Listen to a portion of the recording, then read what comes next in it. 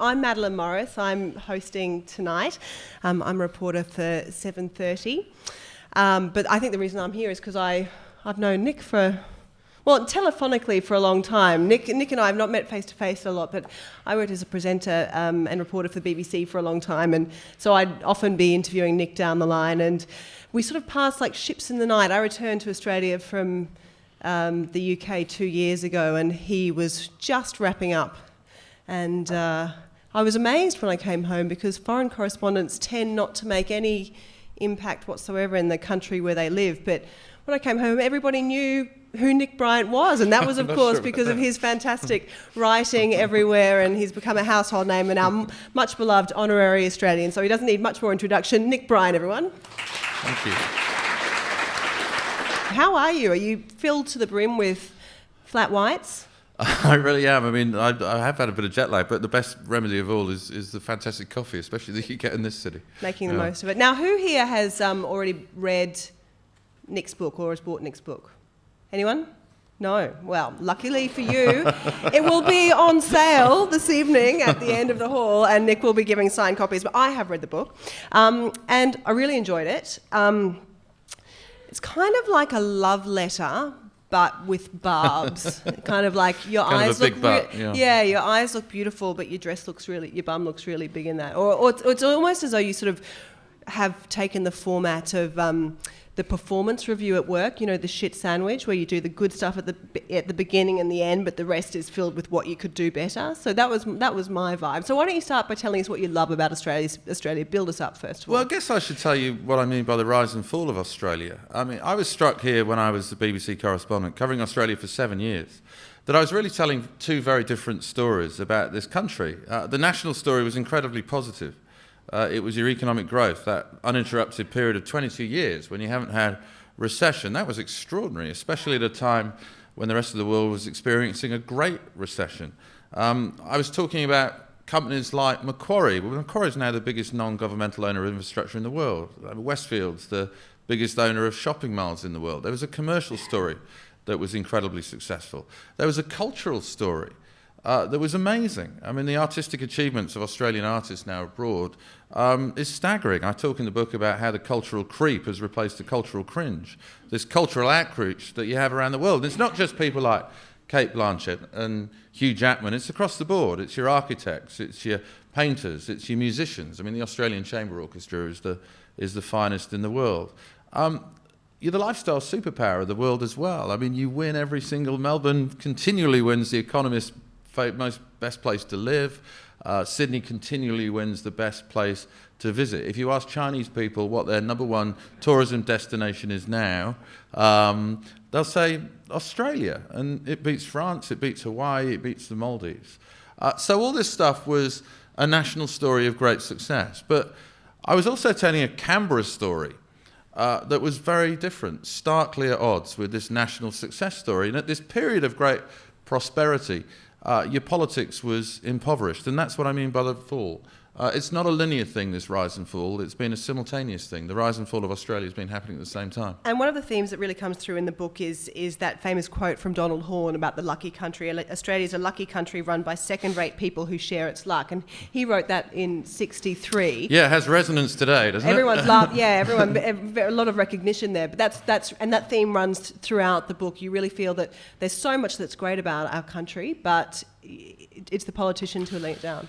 Yeah, Donald Horne's book is just staggering. I don't know how many people here have read it. It's celebrating its Golden Jubilee this year. It's 50 years since Donald Horne published that book. And remarkably, he wrote it in about 6 weeks. He started writing it just after Christmas. How long did you take to write your book? A lot longer than that.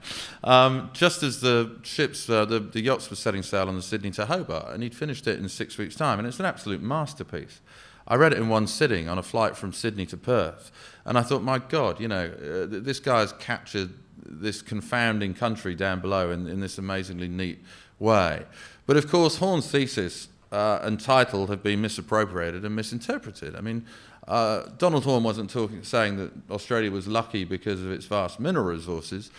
He spoke instead of the luck of Australia's historical origins, the fact that there was a colonial legacy, the fact that there was a parliamentary democracy, the fact that there was a civil service, a legal system that was bequeathed from colonial times. And what I argue in the book is that this generation of leaders has benefited from a policy legacy. A legacy of a reform era that started with Bob Hawke and continued with Paul Keating and went through to John Howard, that has created an Australian model, a policy model, that has stood you in extraordinary good stead. It's proven to be recession-proof. And I guess the question I ask in the book is, will it be politician-proof? I mean, that's... You do sort of answer it a little bit in your own way, because you're particularly scathing, and we'll deal with the politics first of all, because this is the most important theme in your book, I think. Particularly the last 7 years, the time that you were here, was not good in your views on either side of politics. Yeah, look, there was a really weird disconnect, again, between the national story and the Canberra story, and people abroad couldn't quite figure it out, because Australia had the most stable economy in the world, but you had one of the most unstable politics. Canberra became the coup capital of the democratic world, and it was very odd. Which doesn't happen anywhere else. It happens very few places, but we take it for granted. We've even got our own language, as you point out. Yeah, the spill, being rolled. I mean, these are Aussie words. But it's very unusual. Yeah, and there are various reasons for that, and perhaps, we'll go on to talk about them. But, I mean, for outsiders to look at Australia, it's a little bit like seeing a multi-car pile-up on the freeway when the weather conditions seemed perfect. It was kind of inexplicable. Why on earth did this happen? But what I argue in the book was actually that what looks like a paradox isn't at all. It's actually part of the same thing. It's the two sides of the same coin. And that the impoverished politics that you've had in Australia, I think, for the last 7 years or so, was actually a politics of prosperity. And because there weren't bigger problems to confront, the smallness of politics came through, and the insularity of politics, and the aggression, and politics became about politics. And what happened is what I call a crisis of over-politicisation. And you do talk about there are some specific reasons for this, basically down to some nuts and bolts as well, to do with the origin of politicians that we have today, their trajectory, and also really some basic things about how we answer questions in a political format. Yeah, look, I think there are some structural issues, and I think there are some personnel issues as well. I mean, the structural issues, one of the reasons why politics is... so political here, overtly political, is because your terms are so short. You have very short terms. 3 years is a short period. In Britain, it's 5 years. And because of that, politics becomes a perpetual campaign. Politics becomes about sloganeering. Politics becomes about short-termism built into every policy decision. I think that's a key factor. Another difference here is the nature of Canberra life, I think. In Canberra, leadership speculation is kind of the highest form of entertainment. If you're in Melbourne or Sydney, there are other distractions, but not so much in Canberra. And I know Melbourne and Sydney haven't produced a brilliant politics either, but perhaps if there was a sort of hinterland beyond politics in Canberra, it might be a little bit better. I talk about the rise of a political class. The 43rd Parliament, which was the last Parliament, was the first Parliament in Australian history that's actually had a majority of MPs who had a political background, a professional political background. They'd either worked in unions, they'd either worked as political staffers, or they'd worked as party apparatchiks. And this political class is self-perpetuating.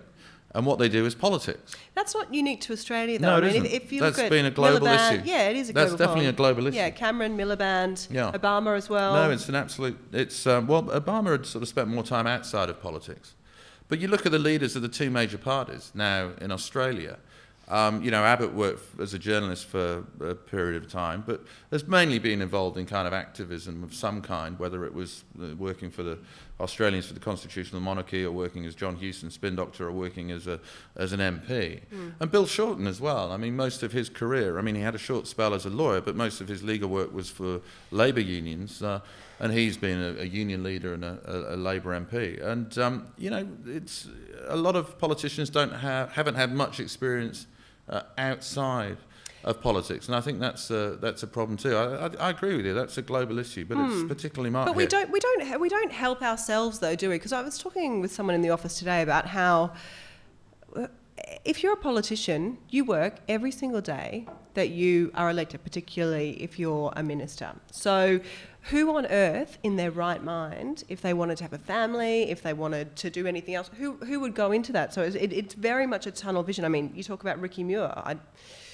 He's going to have a great 6 years, I should imagine. It'll be very interesting for him, but he is the exception rather than the rule. But there are structural reasons for that. Yeah, look, I was constantly struck during my time in Australia with, there's a very big circle of impressive Australians I met, and if there was a Venn diagram with the Australian parliamentarians, there wouldn't have been a huge amount of shaded area. And what struck me was that so many talented people in this country just didn't want to go into politics. I think they were put off by the kind of aggressive nature of it, the excessively adversarial nature of it. Some of them hadn't been involved in student politics and hadn't become political professionals, and now the pre-selection processes in both parties favour those kind of people.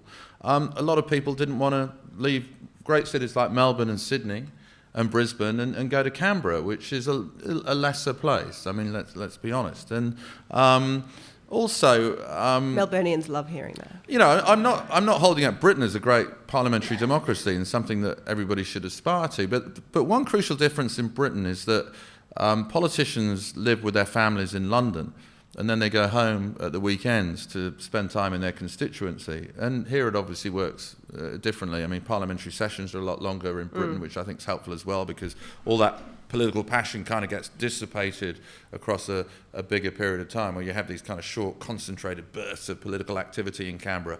The sessions are short, Parliament doesn't meet that often. You know, I think Canberra is quite a big problem. And I've met so many people, and I asked them, have you ever thought of going into politics? And a lot of them say, well, I don't like the adversarial nature of politics, I'm not a party member, and I don't like Canberra. And Canberra hasn't been particularly good at absorbing the outsider. I think you saw that with Peter Garrett with the Labour Party, and I think you've seen that too with Malcolm Turnbull in the Liberal Party. I'm going to hold up my own hand here, and I have to say, I think that the media doesn't help as well, the Australian media. No, absolutely. And let's bash the media for a while. I'll take. And look, I'll take full credit of that. I include myself in this, and I was as culpable as anybody. But there is a polling obsession in this country, which is very different, I think. I mean, I covered Washington, I covered Westminster, and polls there were important. They were part of the mood music. They gave you an indication of who was up, who was down. But they weren't defining, and they weren't sort of news events in their own right. They didn't appear every Monday and were released late night with this sort of great sense of anticipation and excitement. They didn't sort of prompt leadership speculation to anywhere near the same degree that happens here. And what this polling fixation obviously does is create all this leadership speculation. And leadership speculation, there's always an arc with a story, and the story won't end until the denouement. And the denouement of leadership speculation is a change of leadership, and it's self-fulfilling. So, you know, Gillard sort of had those spills. I lose count of how many there were.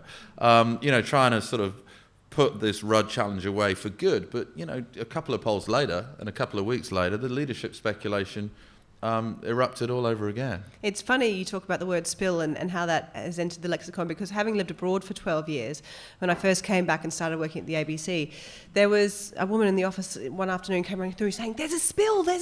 And I was looking at the coffee machine going, where is the spill? I'd completely forgotten about this. But with the polling thing, I think that is, to an outsider, that is really, really obvious. And is that because we are lazy as journalists, that we like just having a ready-made little story for us on a Monday morning every 2 weeks? It's nice and easy. Yeah, that's it, I think. To be honest, I mean, the poll is neatly diarised. You know when it's coming out, you can plan for it, you can build your coverage around it. It's really easy.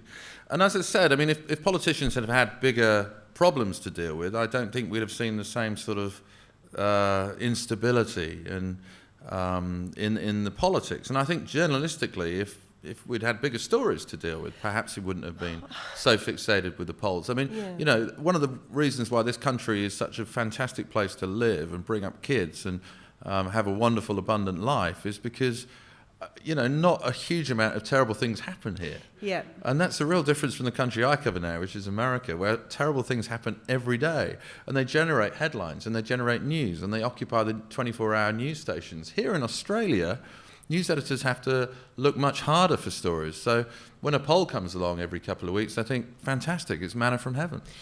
And not only that, but I feel like I was listening to PM the other day, and their top 3 stories were 3 political packages out of Canberra. That would never happen in the US or in the UK. You wouldn't have your top 3 stories all coming out of the political base. There would be something else that we would be talking about. Yeah, a crucial difference as well. I can't remember the BBC ever leading a news bulletin on a poll, or even having it as a second and a third story. I just cannot remember that. Here, every Monday morning, you turn on AM and you would hear there is a new poll out saying that Julia Gillard is the most unpopular she's ever been, or Kevin Rudd is on the nose, or whatever. That's a real difference. The other thing which you talk about in the book is questions to the Prime Minister, and how that helps to feed into this notion of the perpetual battle of politics. Yeah, it's incredibly aggressive and adversarial. And I mean, whenever I've been in Parliament House, you look at the kids in the gallery and you look at the parliamentarians on the floor, and you know there should be a kind of role reversal. And I've known people who are sort of great fans of the adversarial parliamentary system, the Punch and Judy that you get at Question Time, come over to Australia, really looking forward to their Question Time experience. This is going to be great. And then looking at it, oh my God, this is unbelievable. Yeah. And I remember my first night in Canberra. I happened to be sat next to an MP over dinner in a kind of big gathering. It was held in one of those halls in Parliament House. And people were coming up to this guy all night and slapping him on the back and saying what a great job he'd done and how fantastic he'd been. Anyway, I asked him what he did, and he said, I got thrown out of Parliament this afternoon. It was kind of like this great badge of honour. And, that was in 2006. And I think, the level of parliamentary... You should see Bronwyn Bishop's Parliament. They're no great... She's chucking him out every 5 minutes. She have the hurricane-proof hair. Yeah. No, it's interesting to have witnessed this and seen it. And again, I don't want to sound like a pom saying we get it right and you get it wrong, because that's absolutely not what this book is about. But I'll tell you one thing that Westminster did which improved the standard, which was to limit the participation of the Prime Minister of the day in Question Time. It happened... Well, it first of all happened when Winston Churchill was the Prime Minister, because they thought this septuagenarian shouldn't have to face Parliament every day. So they cut it down to 2 Prime Minister's questions. And when Tony Blair came in, he thought this is a crazy sort of way to spend my time, to spend 2 mornings each week preparing for this kind of Punch and Judy, this kind of political theatre that really is meaningless. So he decided rather than half an hour on 2 days, he'd have an hour on 1 day. And he also brought it before lunch, because he thought, I guess people wouldn't have sort of had a few beers or a couple of wines and it would be less rowdy. But it actually worked. And it has, Parliament is still sort of an unedifying sort of spectacle to watch, and I think both David Cameron and David Miliband have been, slightly disappointed that it hasn't produced a better standard, but it has produced a better standard than the past. And what's different about here, of course... I think it's a better standard. Yeah, and what's different about here, of course, is the Prime Minister of the day has to confront the House, 4 times a week? And what tends to happen is a row that begins on Monday, continues on Tuesday, goes on Wednesday, and continues on Thursday. And the volume increases every single day. So you have this kind of rising crescendo of parliamentary noise and parliamentary aggression. Which again gives us ready-made stories. Yeah, every day. Exactly. So we then... And the news media is addicted to it, because they have to fill that period on their news bulletins and their 24-hour news shows. Again, Question Time, and a rowdy Question Time. It's good theatre. Let's just open up the airwaves and stick it on. But one thing that has improved the quality of debate in Britain is just limiting the involvement of the Prime Minister. And it hasn't meant any less scrutiny. And it hasn't meant any less scrutiny for the ministers either, because on the other days the ministers are put before Parliament. And the questioning of them is much better as well, because it's more specific, it's about what's happening, and it's a far more constructive process. The Question Time to me almost feels like it's a travelling circus that's put on for the people of Canberra who haven't got many other forms of entertainment in a way. And does that laughter mean that everyone agrees? Can I see a show of hands? Who feels like Question Time's a bit of a travelling circus? Oh, not everyone. Okay, that's interesting. I would have thought it might have been more than that. So the solution then clearly is for us to cut our news bulletins in half, because we don't have enough news to actually make it. But what could we fill our news bulletins with?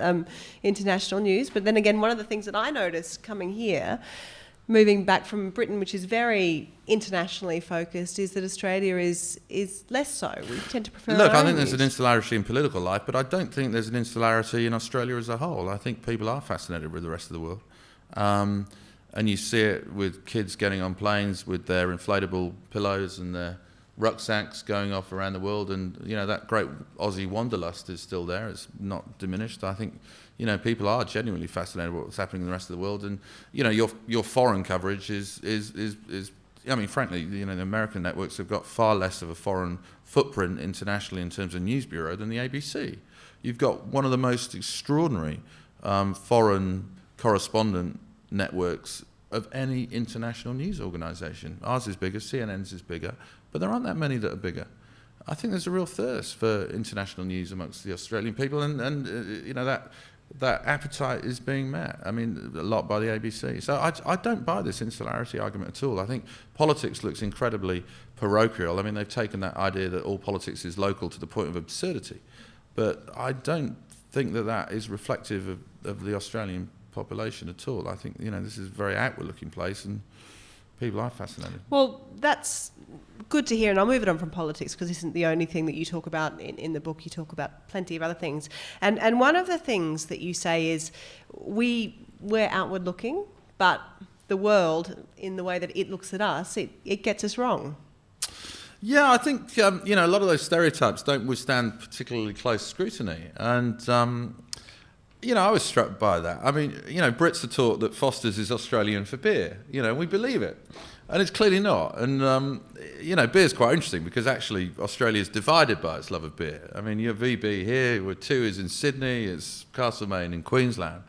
We think of Australia as this fiercely patriotic and cohesive nation. I mean, it struck me as being surprisingly fragmented. Very fragmented. Just you see it in the rivalry between Sydney and Melbourne. You see it in the rivalry between New South Wales and Queensland. I mean, I always remember the story that was told to me very early on. I mean, we think of you in sport. I mean, everybody's sort of on the edge of their seat whenever the national sports team takes to the field, all wearing, green and gold tracksuits. But, clearly that isn't the case. And I mean, I remember the story of a guy who was in Melbourne on the night of the Bledisloe Cup, and he turned on the TV, Channel 7 here, who had the rights, hoping to see the All Blacks do the haka, and he saw The Sound of Music, and it was Julie Andrews doing Do Re Mi, and that they have been playing Origin actually here, right? Yeah, this is a new development. In Melbourne, they've been. But you've got one of the most successful rugby league sides in the country, correct? Yeah, and it draws a crowd of 16,000 people, which by Melbourne standards is incredibly low.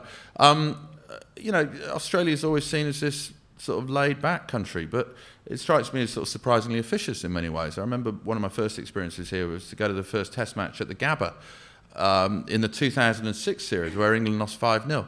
And I couldn't believe, people were bouncing around beach balls, but all the stewards were trying to puncture them. It was just, I thought, what could be more Australian than bouncing a beach ball? And yet, the officials were puncturing them is probably more Australian these days. I mean, going back to beer, I mean, Australia can be stereotyped as this land of inebriates, but it's nonsense. I mean, you're 44th in the global drinking table at the moment. And I know that sort of champion piss pots are still celebrated, like Bob Cork. I mean, I noticed at the cricket this summer he was trying to scull another glass of lager, and people celebrate. He's just got to give that up. I mean, he's going to hurt himself one day. Well, it's like a sort of superannuated rock star, isn't it? Sort of performing their most famous song all over again. But there were lots of things about Australia that struck me as that didn't live up to the stereotype. I mean, I was determined to come here and not to cover the kind of stereotype view of the world. And one of the first stories I covered was actually the death of Steve Irwin, and actually then the sort of cliches became the story because his dead body became almost this proxy battleground over, how should Australia be presented to the world? Is Steve Irwin the Australian we all yearn to be, which is how Russell Crowe described his friend, or was he this cartoonish caricature that presented a very sort of distorted and view of the world? And international journalists coming here, we didn't do a particularly job of covering your country. I mean, I always think we looked at it through a kind of fairground hall of mirrors, which had great exaggerations and distortions, and that was always struck me that we were part of the problem. I mean, London loves stories that reinforce all those stereotypes. They love the story about the guy driving the motorised esky who gets pulled over for drink driving. They love the guy that gets pulled over in the Northern Territory because they found that his slab of beer had got a seatbelt on it, but his child next to it didn't. I mean, London loves those stories. But the challenge always was to kind of push back about that and say, no, this is ludicrous. This isn't the real. That's assumed Australia. Yeah. Let's do real Which is Australia. the phrase that you use a lot in the book. And it's interesting, though, when you're talking about arriving in your first week and the death of Steve Irwin. As an Australian living abroad, I'd actually never really heard of living in the UK. I'd never really heard of him. I know he was big in the US, but he wasn't that big in the UK where I was living at the time.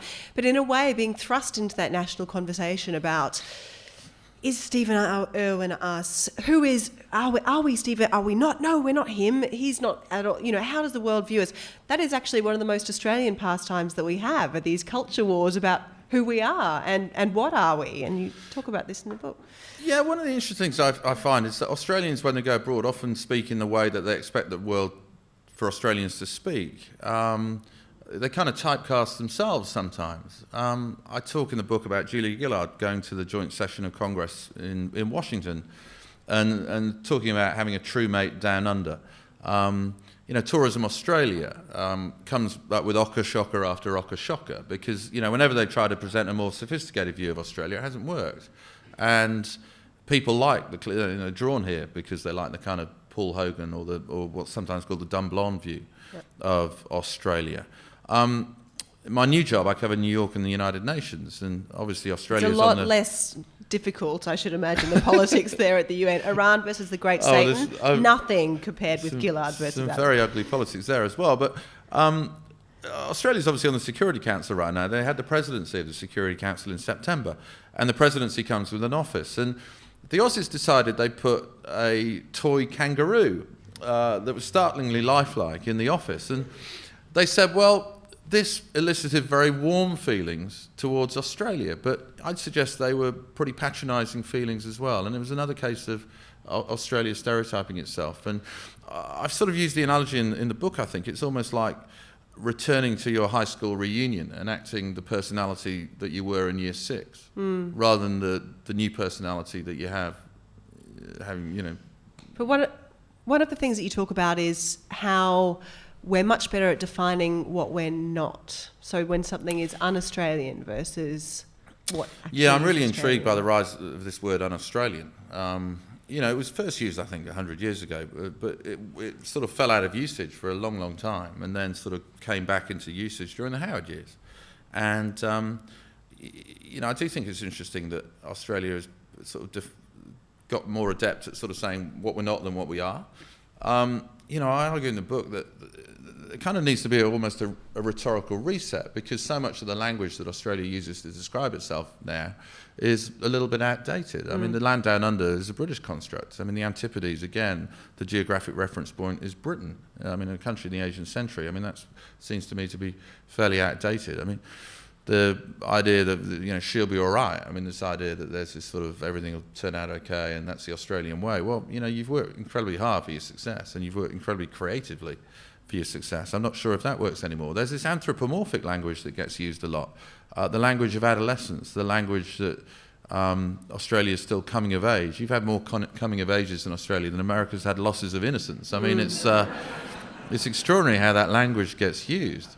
Cutting the apron strings from the mother country. It sounds like there's still this sort of childlike fear of abandonment. I mean, it's just ridiculous, I think. And, I think there is the development of a new language. I mean, people still talk about the tyranny of distance is used. I mean, the tall poppy syndrome gets wheeled out a lot, but I think the national side is pretty rusty at the moment. It doesn't seem to be wielded with anywhere near the same sort of venom that it used to be wielded in. I think a lot of these phrases are outdated, and you see the kind of emergence of a new language. I mean, people now talk about the power of proximity. People talk about being in the right place at the right time. People talk about the tyranny of proximity as well, this fear of China. So, there is sort of a new language emerging, but, lexicographers usually say the language comes first before the thought almost, and I think it's worked in a different way here. There's a kind of language lag at the moment. So we talk about what it is to be un-Australian, but as you say, we're not so good at defining what it is to be Australian. Manning Clark had a great line, which is when we're asked to say what Australians are, we descend into the great Australian silence. Look, I think it's fairly easy to figure out what it is to be Australian because you ask people who come here. Well, you ask Australians themselves. I mean, I think everybody can kind of sum it up. And I say in the book about how Kevin Rudd once was supposed to deliver a speech on Australia Day. In fact, he did deliver the speech. And he asked his speechwriter, James Button, I don't know whether you read his book, but it was absolutely fantastic. And James Button had this idea that Rudd was attending a citizenship ceremony on Australia Day, and he would ask people who were just about to become Australian citizens why they came to this country. And from that kind of straw poll, all the sentiments, I love its egalitarianism, I love the beaches, I love the way of life, I love the Aussie approach. I love the fact that there's such a lack of pretension here. I love the fact that I can come here and reinvent myself, and there aren't this sort of class divisions that there were in my homeland. All this kind of stuff, and it was a great summation. All those things taken together of what it was to be Australian. Did they make it into the speech? No. Kevin Rudd ditched the whole section, and it was a shame because I think the easiest way to you say about un-Australian, if you want to find out what it is to be Australian, ask the people who want to come and be Australians. And that's a good way to get into talking about two of the issues which I want to deal with before we actually take some questions. Is one thing which you talk about in the book, which is how we treat asylum seekers and how that comes, and particularly pertinent today as we're not particularly sure what happened to two boats full of Sri Lankan asylum seekers, and when we just don't know. In the book, you refer to that as being the cruelty auction, and when I was abroad, we became much more known for the tamper than we became known for anything else. But we seem to have continued. We haven't taken on board the fact that we don't seem to care whether that people don't think internationally that that's a good way to be. We seem to have this much more rigid approach. Well, look, I think Australians care, and I mean, a huge amount of reputational damage is being incurred by asylum seeker policy. I mean, I work at the UN. The UN's been incredibly critical of Australia's offshore processing and the Pacific solution, and the fact that the refugee convention seems to be being flouted. There is an awful lot of international criticism, and I think many Australians are incredibly sensitive to that. So why aren't the politicians sensitive to that then? Because I think for them, because of this cruelty auction, there's a football team in Britain called Millwall, and their chant is, "Nobody likes us, we don't care." And on the asylum seeker issue, I think the Millwall syndrome is in effect. And for Labour, it was particularly useful that the international community was very critical of their asylum seeker policies because it protected their flank. They could say, you say we're soft on asylum seekers, but look at the international criticism we're getting. For them, it was politically useful. And I think that's been part of the problem. I mean, there's a very ugly bipartisanship that has operated around the asylum seeker issue. And Labour, of course, is caged by the tamper election and traumatised by that. It's interesting, though, that you say that you do think that a lot of Australians really deeply care about that, and we know from people in our own community who talk about that. Yet, if the politicians didn't think that there were votes in it, they wouldn't do it, would they? Look, Paul Kelly, the historian, and George Megalogenis have done a lot of research on the tamper election. And what they were looking at was, did the policy come from public clamour, or was the policy handed down by the nation's leaders? And they both agree that it was John Howard who set the tone there, rather than John Howard responding to the nation. And I think that's strong. I mean, I argue in the book that Australian politicians, I think, regard the Australian populace and the Australian electorate as far more xenophobic and conservative on this issue than they really are. I know there are big community concerns about asylum seekers. I know they're not all to do with xenophobia. A lot of it's to do about order. A lot of it's to do about regulation, the sense that our borders should be protected. A lot of it actually comes from new immigrants themselves, people who think I went by the fair way in, and I don't like the idea of these people coming by boat and jumping the queue even though there isn't a queue. So I think all that is true, but I also think that politicians exaggerate the level of xenophobia. It struck me ahead of the 2010 election. I went to Penrith, which is in the western suburbs of Sydney, which is supposedly sort of ground zero in sort of hostility towards boat people. And I went up to people trying to get vox pops, as we do, hoping really that they would give me the strong sort of raw, tough stuff, ugly stuff, because that makes for vivid television and radio. But it's really hard to harvest those kind of sound bites. And you ask people what their chief concerns are, and they say schools, traffic, education, hospitals, jobs. And often asylum seekers would come a long way down the list if it was mentioned at all. And I wasn't just going up to sort of, I was actually targeting people who had Southern Crosses tattooed into their bodies and were driving utes with the flags. And even those guys weren't saying what I thought they were going to say. I mean, I've been guilty of stereotyping them in the same way that politicians are guilty of stereotyping them. That day ended by meeting up with the local MP. He was a Labour member, David Bradbury. You may have seen him in a photo opportunity with Julia Gillard on a boat in Darwin that they staged to show how tough they were being on asylum seekers. And, I said, what do you think are the major community concerns here? Number one, asylum seekers. And I think, politicians think worse of the people they represent sometimes than, they should. There are 2 chapter headings in your book, and we're going to cover them in 3 minutes too, just in 3 minutes. So, you put them as a juxtaposition. So one is the slow death of British Australia, and the other is the rise of Asian Australia. But what's really interesting is that in the same way that the rise and the fall is by no means linear, the death of British Australia is not going that way, and the rise of Asian Australia is not going that way either. Yeah, I mean, it's very anomalous for a Brit to come to Australia, a country you always think is going to be fiercely patriotic, a country that is mistrustful of elites, a country that is fiercely egalitarian, and find that country still upholds a system of monarchy that is based on hereditary privilege. I mean, that's anomalous. And, one of the things I say in the book, it's almost as if the Australians are less mistrustful of a British elite than an Australian elite. I mean, one of the criticisms, of course, of the Australian Republican movement was that it was an elitist cause. I mean, again, that's sort of anomalous as well, isn't it? The republicanism should be seen as an elite issue now. But certainly that was one of the criticisms that was directed against Turnbull ahead of the referendum. Of course, Robert Hughes, remember his great exhortation at that town hall meeting in Sydney, g'day, my fellow Chardonnay swilling elitists or whatever. So that's interesting. I've got to say that the slow death of Australia has also coincided with what I call the rise of Australian Britain. I mean, Britain is becoming an incredibly Australian place. It strikes me. I mean, whether it's getting a flat white, whether it's watching the Wiggles, whether it's, Australians have become so much part of our national life.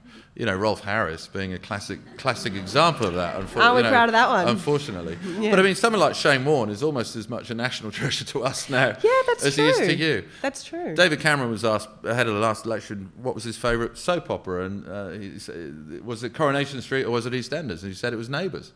And what you're also noticing in Britain now is that a lot of English people, kids, end their sentences on an upward inflection in the Aussie way because they call it the Neighbours effect. You did it just before. I know, I do it because I lived here, I think, and I'm constantly being told I've totally gone native. But no, it's no. I mean, the rise of people like Clive James. I mean, every single young journalist in Britain wants to write like Clive James. We all want to come up with a sentence. Arnold Schwarzenegger looks like a condom full of walnuts. I mean, all of us aspire at one stage to write like Clive James, and Clive James writes in a very Australian way. So you fudged it in the book, but I'm going to put you on the spot. So do you think Australia should become a republic? Oh, as you know, I mean that is so sort of not the sort of question that a BBC correspondent is here to answer. And it's it's absolutely up for you. I mean, Robert Menzies in that famous speech in '63 said. When he spoke about, he's quoted the poetry, didn't he? I can't think what the line is now, but it was so incredibly sycophantic. But he also said there are many Australians who don't regard the monarchy as a subtraction from our national life. And I think that still remains a very powerful idea.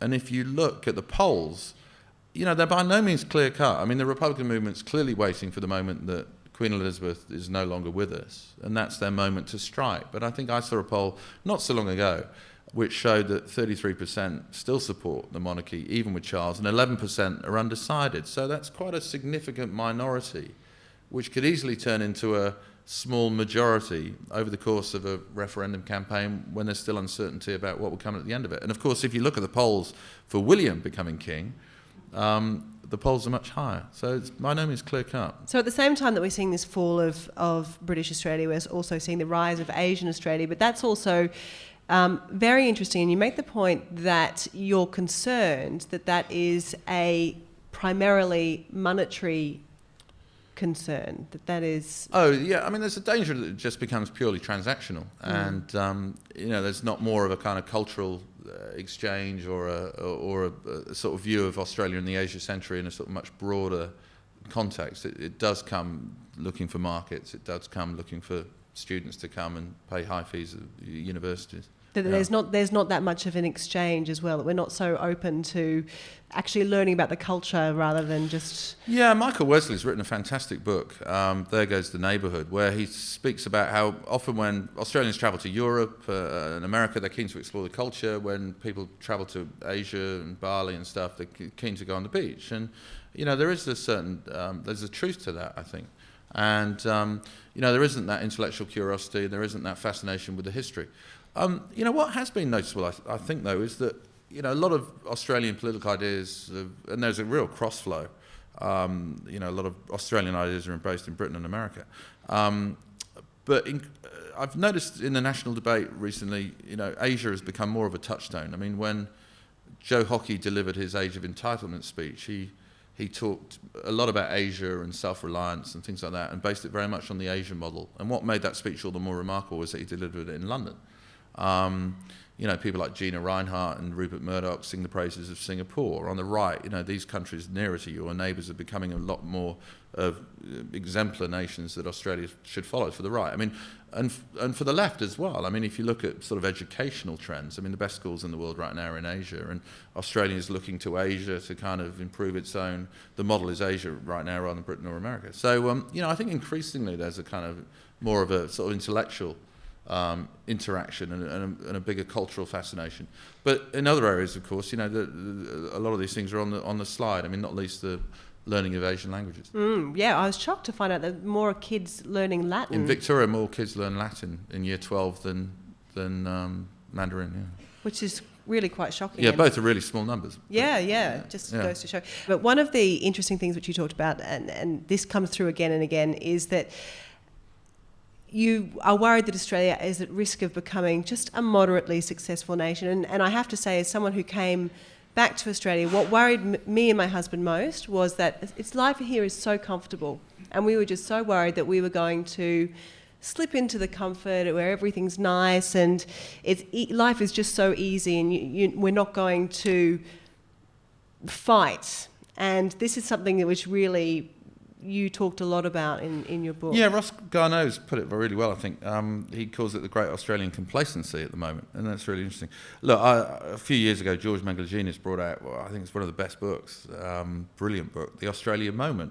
I remember reading it, I thought, it really put me off writing a book about Australia, because I thought, George has just nailed it here. But I think that The Australian Moment is in danger of being inadvertently literal. And notice my ending up on a high there, in a very Australian way. Bertrand Russell came here in the 1950s, and in Australia he saw a global exemplar. He was so impressed by what he saw, so much so that the Australian journalists covering him didn't believe it. They thought he'd go back to Britain and start slagging off Australia because he couldn't believe he was saying so many nice things about Australia.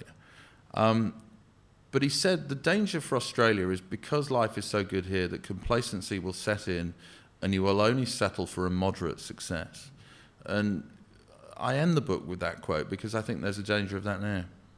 Oh, to see ourselves as others, etc. Thank you, Rabbi Burns. I have a comment. The comment is, I think Australians' attitudes towards the monarchy has got a lot to do with the fact we don't have to pay for them.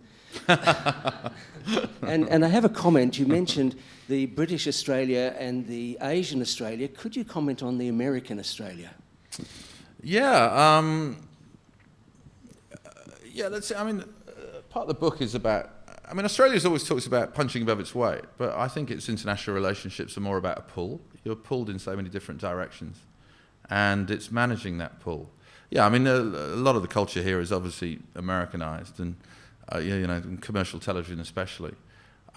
Maybe some of the attitudes are becoming American as well. But I still think the permeating influence in Australian life, certainly culturally, politically, is British. And what about things though like university deregulation and Medicare co-payments, for example? Joseph Stiglitz has been here this week, and he's been saying that where obviously this government is very drawn to that market-based economy, Americanized model. Yeah. Yeah, and I mean, in many ways, politics has become increasingly Americanized with, the spin doctors that have emerged, the kind of professionalism of politics. I mean, that's quite Australian. A lot of the hyper-partisanship you see in Australia right now is quite similar to the hyper-partisanship you see in the House of Representatives in America. Yeah, I mean, it's definitely I'd certainly buy that. Who else? Hi. Hello. Firstly, thank you very much for your presentation. I'm very much looking forward to reading your book. I read your first book, and I like this kind of literature, and I think yours was one of the best written. So I very much look forward to this one. Oh, very kind, thank you. My question, you talked about very nice things about Australia. You started off saying that, and I think we who live here sometimes forget those kinds of things, particularly if we're interested in politics and the politics that you describe. So my question is, do you now, or does your book offer any insights into how we could overcome the stalemate we have in Australian politics at the moment? I think, as you say, it's become very politicised, and it doesn't look like the people who are coming up in the next election will be any different to the ones that are currently in Parliament. Yeah, it's almost as if you need bigger national problems to make Australian politics get serious again. Paul Keating spoke about the recession we have to have for economic reasons. I mean, perhaps you need to confront another recession for political reasons. Look, it's not unremittingly bad. I mean, the response to the GFC, as I say in the book, was show what could be achieved when kind of normal political hostilities were ceased for a period. George Megalogenis in The Australian Moment tells this great story about Rudd being on the plane, the Prime Ministerial VIP plane, and telling his advisors, listen, whatever we do now, because of the magnitude of this global economic crisis, don't worry about how it looks in the Daily Telegraph, don't worry how it looks in the polls. We might get hit here for a while, but let's do the right thing. Let's get a stimulus package in place. Now, on the other side of politics, Malcolm Turnbull decided to support that first stimulus package. He didn't support the second, but he supported the first. And again, there was a bipartisanship at play there that showed what could be achieved when politics got serious. And the reason that politics got serious was because you were confronting such a potentially difficult period. Now, as you weathered that, of course, politics returned to normal, the new normal, very quickly. And that was, again, this rather ugly politics. Yes, sir, you've had your hand up before. Down here, down the front. And then we'll go up to the back. Thank you for a very entertaining talk tonight. The quote from Menzies, I did but see her passing by. I did but see her passing by, of course. Speaking of crap. Look, you mentioned the UN. I'm one of those folks in Australia, to use an Ockerism, the UN can get knotted. Mm-hmm. We're on the Security Council now.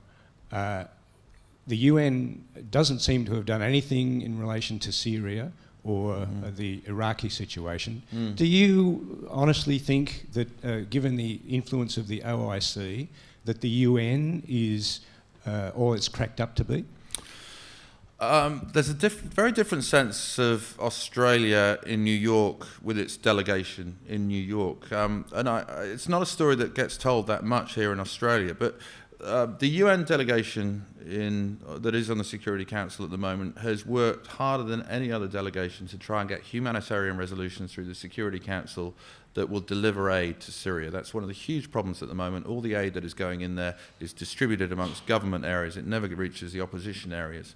And Australia has been at the forefront of the attempt to try and get a new humanitarian resolution through.